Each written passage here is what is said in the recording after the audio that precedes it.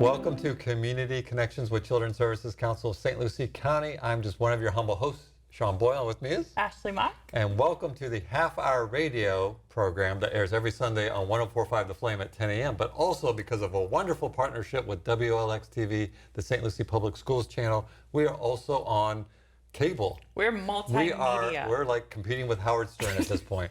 But welcome to the show that's all, and by the way, if you're listening to the radio program and you're interested in seeing us, you can jump to our Facebook page or WLX TV, and I would encourage everybody to look up WLX TV on their cable provider or do what my son taught me, which is go to YouTube and you can see all their wonderful programming on there. They really do have some great original programs. They do. But outside of a promotion of WLX TV, what we talk about on this show are things that are available for children and families in St. Lucie County. Now, we at the Children's Services Council, not necessarily video or audio professionals, but what we do is concentrate on 5 things. And those 5 things are, and if you're a longtime listener, Ashley will count with me. Say them in your sleep. 1, making sure every baby's a healthy baby.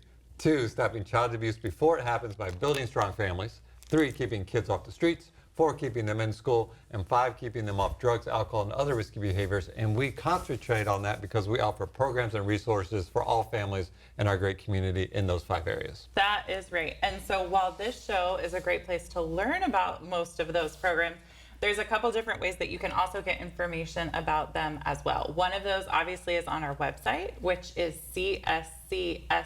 I'm trying to go slow. We have a list of all of our funded program partners there, along with their contact information. So if there is something that you are looking for your family, for a friend's family, a coworker, a congregation member, you can find all the information that you need there on our website and make that referral for them. Be that connector for Dare that I family. say, be that hero. Be that hero for that family. We also share, Sean mentioned our Facebook page. We share this show on our Facebook page, but we also talk a lot about things that are happening in the community, share information about our programs, things that we are doing out in the community. All of that on Facebook, so you can find us there just by searching Children's Services Council of St. Lucie County. We also have these Sean's props that he brought today. Two props. Our printed family guides. And again, this is a list of all of our funded program partners, a brief description of the program that they do, and their contact information. So it's a really handy kind of guide to have. I know these are distributed in all the schools. The guidance counselors love them because they are able to share these with family members. We have a great ad for our radio show in there as well. So thank you, Vanna.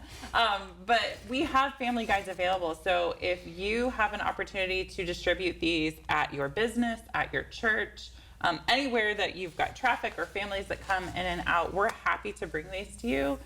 There's actually a very simple form that you can fill out on our website, and somebody from our office will come deliver them to you. You know, I don't think that we talked enough about how this show went HD. And yet we still come in here despite seeing it. I say that because it zoomed in on me, and I'm not comfortable with that. We did state, for the record, roughly 6 or 7 years ago, that once HD happened, we were out. But here we are. If you're struggling with the way we look, a reminder, it's a radio program every Sunday at 10 a.m. on 104.5 The Flame. I did not know that this was going to fall out because I honestly did not remember this being placed in here. I liked it. You did a good job. But another thing that we want to talk about before we get to our wonderful guest is, you know, there's a little bit of a coolness in the air. Just a Florida coolness in that instead of being 90 degrees, it's only low 80s, high 70s. Right. So what that means is get your pumpkin spice out, get your hot chocolate. We're done with Halloween. We're strolling right into Thanksgiving and Christmas. And what's better in the holidays than our annual, and this is big. It's big. Not just our annual, this is our 10th annual Sounds of the Season concert, which is Friday, December 17th at the Sunrise Theater. We are back in person thanks to the partnership with the Sunrise Theater, and we are going to have music performances by 4 of our funded after-school programs, Pace Center for Girls, End It, Future Generations, and Boys and Girls Club. Good job. And because it's our 10th anniversary, we have a special guest, which we're not doing a surprise anymore. It's not a surprise. Any of you that have been to our Sounds of the Season concerts know that when we originally started it, the main headliner was the Avenue D Boys Choir. Avenue D Boys Choir program no longer exists. However, we have contacted some alumni led by Apollo Vega and the Vega Tribe, and they are going to close out our show with some alumni performances by the Avenue D Boys Choir. We're really excited about that, and it's a great sort of culmination of what has happened over the last 10 years. A lot of those boys have actually gone on, continued music, gone on to college, played music in college, and so we're really excited have to have them careers back. and Yeah, it's crazy. I don't even think we They're can call grown up. We're going to have to call them the Avenue D Men's Choir at this point. That's true. So tickets for the concert are now available at the Sunrise Theater. You do have to pick them up there. They are free. As always, we just ask that the night of the event you bring a new or gently used children's book with you. We use those books to kind of filter through our St. Lucie Reads program all year long.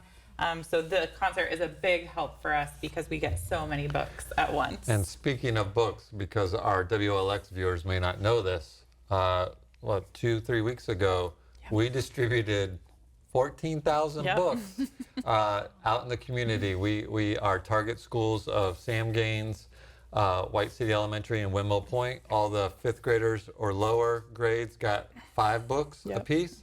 And then we also went to some VPK and child care sites and make sure those kids not just got a book, but got a little library to take home with them. And you may think, Sean, Ashley, why are you guys giving out books? First of all, we partner with the United Way, so we got 10,000 books donated by the Marines Toys for Tots. But also a simple way to increase literacy is to make sure that households, particularly children, have reading material in their house. And we basically created a little library for close to 1,000 kids. Yeah, it was really awesome. We have some great pictures up on our Facebook page from the days that you guys actually went out and did that. But it's a great opportunity. A lot of those kids probably didn't have any books at home, and now they have a handful of books to choose from so that they can continue reading every night. And so we gave a shout out to the United Way because they partner with us because they were the ones that were able to receive those Marine Toys for Tots. We supplemented it with some of our books, but also a big shout out to John Caesar from our office. Yes. Because to coordinate 14,000 book distribution to well over 1,000 children in 5 schools and then hauling all those books. Yes. Don't get me wrong, we helped him, but he did the majority of that work. So big shout out to John. He did. Yes, John, thank you so much for that. It was great. I commented to someone in the office this week that we have it's not really a storage area, but it ends up being kind of overflow storage for all of our books. And I said to them this morning, I said, oh gosh, it's so empty in here because we had so many books in there for so long. But stay tuned, we're going to be buying Christmas books, so that hallway's going to be full again. That's right. So anything else we want to bring up before we get to our guest? Oh, we want to remind everybody, our radio show listeners heard this last week, our WLX TV, we're telling you for the first time. We had a great guest in Treasure Coast Food Bank last week because during the holidays, a lot of people, particularly people that are struggling with food insecurity, there's this expectation that you have a big Thanksgiving and this big family dinner. How do we help those families that maybe are struggling with food insecurity? You call the Treasure Coast Food Bank or you go to their website, which is my favorite website, stophunger.org. That's so easy, right? That's simple. So apropos. Stophunger.org. Families can sign up to go to their site and they will give them holiday food boxes. Yeah, they're still doing those pickups, if you will, at their Ingle Road location. I believe the 22nd, 23rd, and 24th. So there's still slots available that you can sign up for those. I believe after tomorrow, the 17th, all of their mobile distribution will be done. But there are so many cool things happening that the food bank is doing. Gary did a great job explaining them. I had the opportunity last week to see their new mobile market, which is so cool. You and your whole family, did. You volunteered. You handed out food, which is awesome. Did. We volunteered at one of the food distribution sites, had a great time. It is just a well-oiled machine. I commented to Gary that they must have taken notes from the Chick-fil-A drive-thru because it was so fast. We were able to give out 500 meals to families in the Fort Pierce area, and it was great. But there's wonderful things happening at the food bank. So definitely pay attention. And if you yourself need help, find out from their website where they're doing some Look, of I know those you said that they must have got direction from Chick-fil-A, but having participated in Operation Together, they've had that down for a while. They know what they're doing. They are good. They are really good at it. So again, if you know a family that needs food, go to stophunger.org, or just as Ashley mentioned, if you want to give back to the community, again, go to stophunger.org. There's many ways for you to volunteer to help feed our community. Yes. All right, so we have a wonderful guest that is so excited and patiently waiting.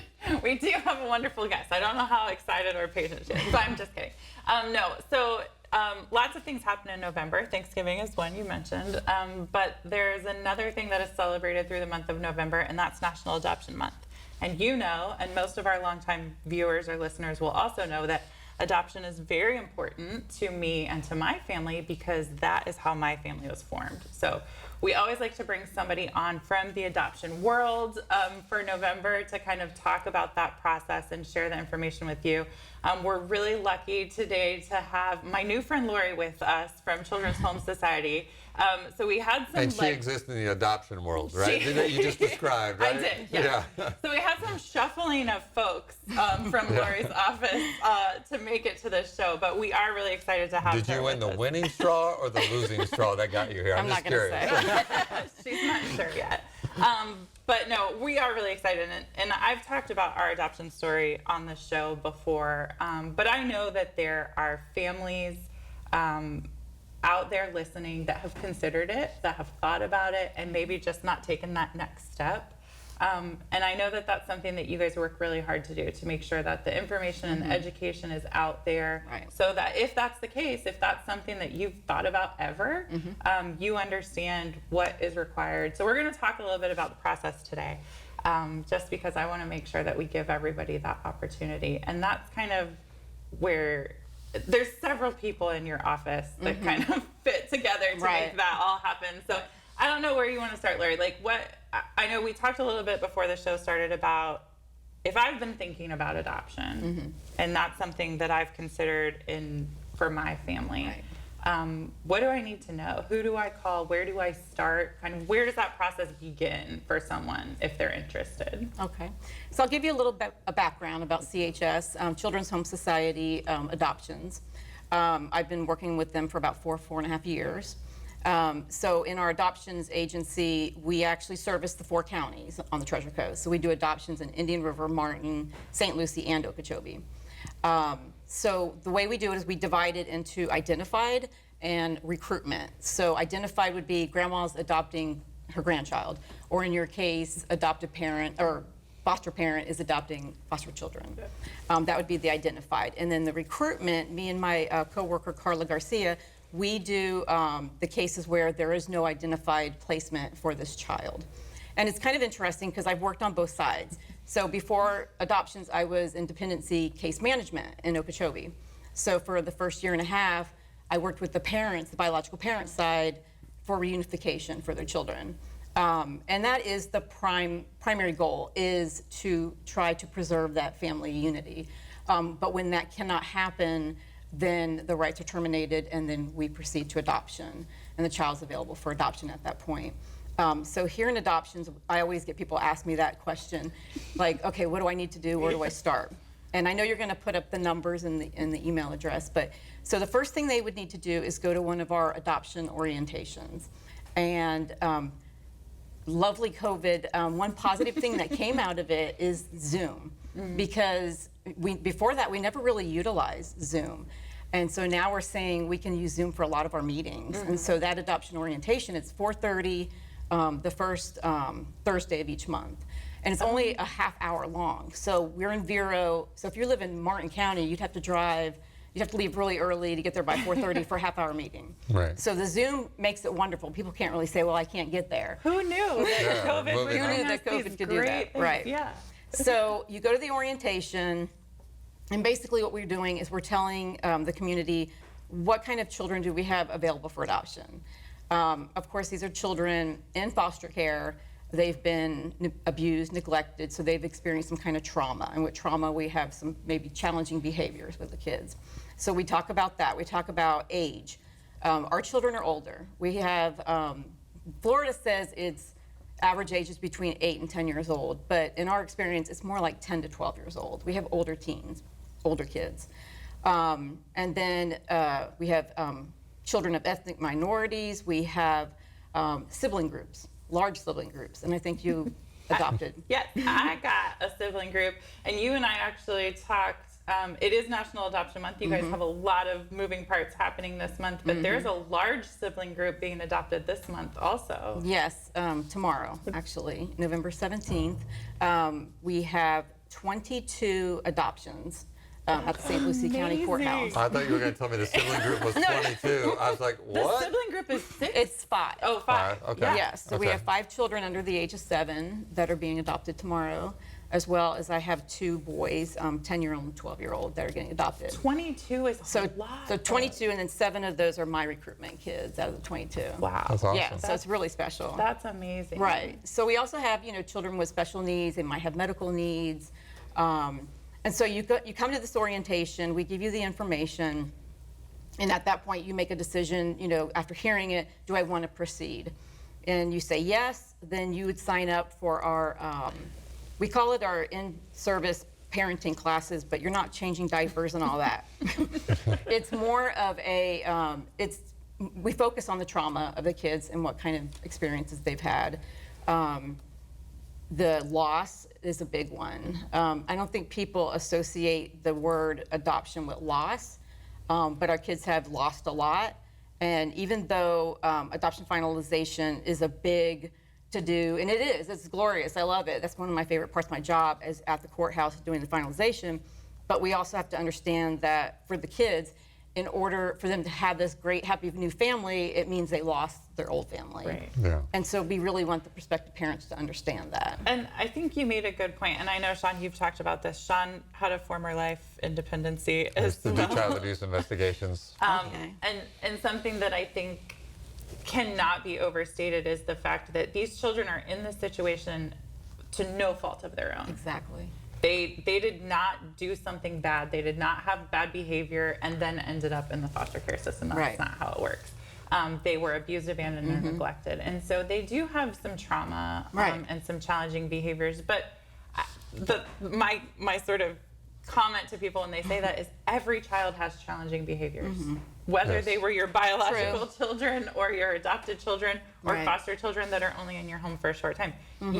You are rolling the dice every time. And so you don't know kind of how to expect that. But pride does go a long way in Right. sort of helping address what Right. that looks like and how to handle them. Well, and I think you bring up a good point because I think, when you think adoption day, like the adoptive parents are very excited, but Right. for the kids, to your point, Yeah. because even if they were in a terrible, because I saw this all the time as an abuse and neglect investigator, even if those parents are horrible to their children, the children don't know any still- different. right. They're Yeah. still their parents. So Right. there still is that sense of loss. So you obviously, in the orientation, you go through the half hour, you go through all that it takes to become an adoptive parent. I don't mean that extensively Right, to right. intimidate. I'm just saying, Right. you don't just like, hey, you like this kid, here you go. Yeah, right. Check out at the counter, you're good. So there's a Exactly. procedure, and you Right. obviously are training the adoptive parents on what to expect because, there are challenges. Right. And you can't predict. I mean, just like every can't child, predict. to your point, you can't predict what's going to come, but you try to make sure that Exactly. they're fully equipped. Right. And that class is also on Zoom now. Oh, that's amazing. So, yeah. You're so eliminating all obstacles. I Exactly. like You that. can't say no to this. Okay, so it's usually it's on a Wednesday night from 5:30 to 7:30. So after that orientation, Jamie Cook does the Pride classes. She'll sign people up for them. So you get signed up for it, and it's 8 weeks long, 2 hours a night. But there's homework. We kind of treat it like a college course. And then once you get your certificate, that certificate is good after you complete everything for 5 years. Oh, wow. And then you're ready for your home study. Jamie also does the community home studies. So she'll give you the big giant packet of paperwork. You remember that I big do. packet? And then you fill all that. We do background checks. Everybody asks, well, how long does it take to do the home study? Roughly about 1 to 2 months, because it's very thorough. So once you get your home study completed, that's when you can start looking, searching for your children on websites. We use Heart Gallery, we use Adopt US Kids, and the DCF site is adoptflorida.org. So we put our children on those sites. But also, we really like to utilize our community families. So I get a new case, say I get a 10 and 12-year-old boy. First point I'm going to go to is Jamie to say, okay, Jamie, I have 2 boys. These are their ages. Do you have any community families that I can match the boys with? And that's what we really like to do, is to use our own families to match. Well, and there's an important piece to that too that I think also gets often overlooked. So those boys right now are in a school here in the community. They have friends here in this community. They Right. probably are participating in activities here in this community. And so it's important for the continuity of those kids to keep them as close to all of those things as possible. That's correct, yeah. You know, the other thing that you pointed out that I like is you have the person that's teaching the class. And first of all, if you're listening, you're like, wow, that's a long time to go through class. Keep in mind, we're talking about a child here Yeah. that you're going to have for a lifetime. So Right. it's really not that, It's and not it's that good long. for 5 years. So it's not that long, but I like the fact that the person teaching the class is also doing the home study, because Right. I'm imagining even through Zoom, you bond, you know, you get to know people, you get to know the instructor, and it's just a comfort level knowing that that same person that taught me is now coming to my home to do the home study. So I have a funny story about that. So in our classes, when my husband and I were going through them, he was very vocal during class about how he felt about sibling groups staying together. He felt very strongly that sibling groups should not be separated, that it was very important for them to stay together. Those comments that he made that were heard by our instructor, who was also conducting our home study, came back to us when she said, I have a situation I want to talk to you guys about. We had not finished our classes yet. We were on the last one. She said that a sibling group came up for adoption. Wow. We really would like to have this conversation with you. And I said, that sounds great. How many are there? And she said, there's 3. And I said, that's a lot. We're thinking 2, but Three okay, is more than we'll I was go through this. considering. But to your point, I mean, there's a lot of conversation that happens in those classes where you really get to understand, you know, it's about making sure that the fit is good. Right. It's not just shopping. Exactly. It's about making sure that the Well, fit this is not good. something you want to rush into, right? no. Both for the child's sake and the adoptive parent's sake. Definitely not. And just to let you know, the PRIDE stands for Parent Resources for Information Development and Education. We really like our acronyms. Is that what you went through, PRIDE Yes. as well? Okay, because Yeah. it used to be called something else. and- I actually was the first Pride class when they switched Okay. to that. All So Class yeah. number 1. Yeah. Yeah, class number 1.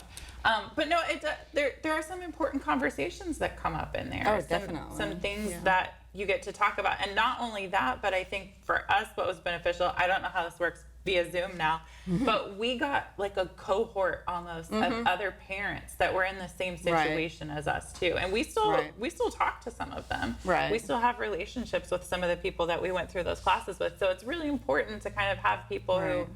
who are walking the same walk as you. Well, that's what we miss, is that part of Yeah. it, with not being together and exchanging. Well, they can still exchange phone numbers, but it's not the same. It's not as the in being in They're person. chatting behind. They're bonding. They're just chatting They're all on the Zoom texting link, while and we're they on can't. You Zoom. can't see it. But Right. all right. So okay. So I'm interested in adoption. I go to the orientation. Right. I take the 8 weeks You class. take the class, and now you get your home study home completed. study, and I got now- my 5-year Yeah, certificate. your certificate. Now, the home study is only good for 1 year. Okay. But after the year, you can just update it, or if there's no Yeah, it's update, not they as just, serious it's not as, the next yeah, time. you can, just keep renewing that. And then, and the other thing, like I've had people say, well, I can't adopt because I'm a single parent. We get single parents adopt all the time. Yep. In May, we just finalized 2 boys. They were 15 and 16 at the time. They were turning 16 and 17 that same year. A single mom from the Lakeland area. She was a high school teacher, adopted the boys. And she still keeps in contact with me. They just went on a trip to New York, and she sent me a bunch of pictures. Aw. Things are going great. I just love my job. I love talking about it. It's so easy to talk about, because I feel like it's an important job and it's very fulfilling. The other thing, it's free. This is a free service, and I don't Right. think people understand that. They'll say, well, I can't afford it. I can't afford it, yeah. It's a free service, and also when you adopt, you get an adoption monthly subsidy to help care for those kids until they're 18 years old. They get free college tuition in the state of Florida for a public university. And what's nice about that, it's good till they're 28 years old. Some kids might not want to go right into college after high school, so that gives them the time to be able to do that. They stay on the Sunshine Medicaid health insurance until 18.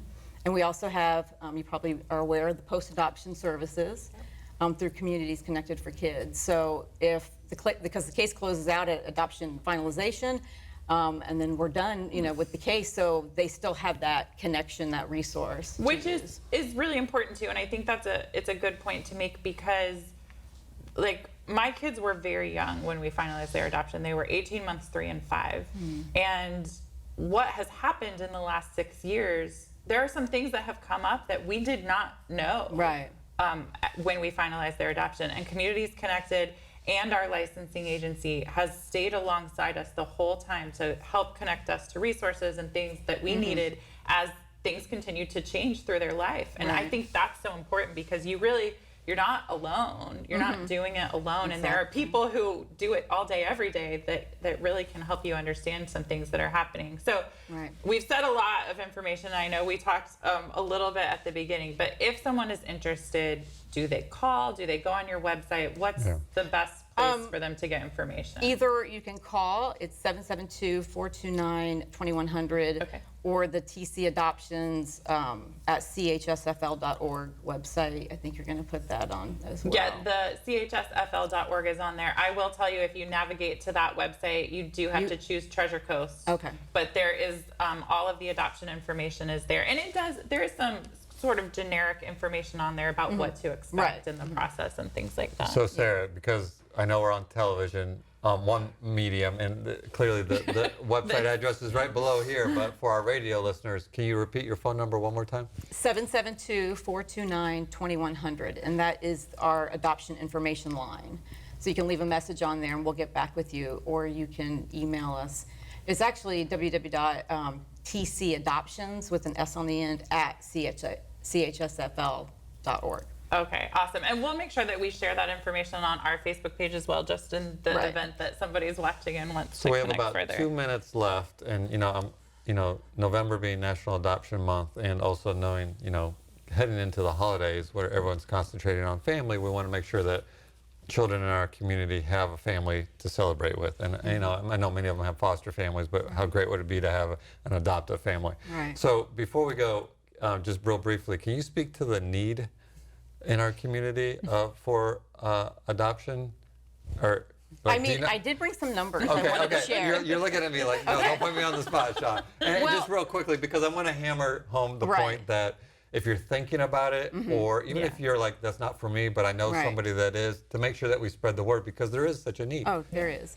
So our fiscal year starts July 1st. So from July 1st till today, we've had 60 adoptions finalized. Wow. And I know this is St. Lucie County, so out of that, 28 of those were St. Lucie County kids. Okay. We have right now 27 unidentified kids that are kids still needing placements. 19 of those are St. Lucie County kids. And then we have 16 children that are now matched. They're in that process of being matched to a family. 11 of those 16 are St. Lucie County kids. We do have a lot of St. Lucie County kids. But like tomorrow we're finalizing 22 more. So You'll be at 80. That's great. That's great. that's 82, yeah, awesome. by tomorrow. So So, it- the need is there we need families for these So other. call Lori and her team. Yes. That's right. The end. Yeah, chsfl.org, or your phone number is 772-429-2001.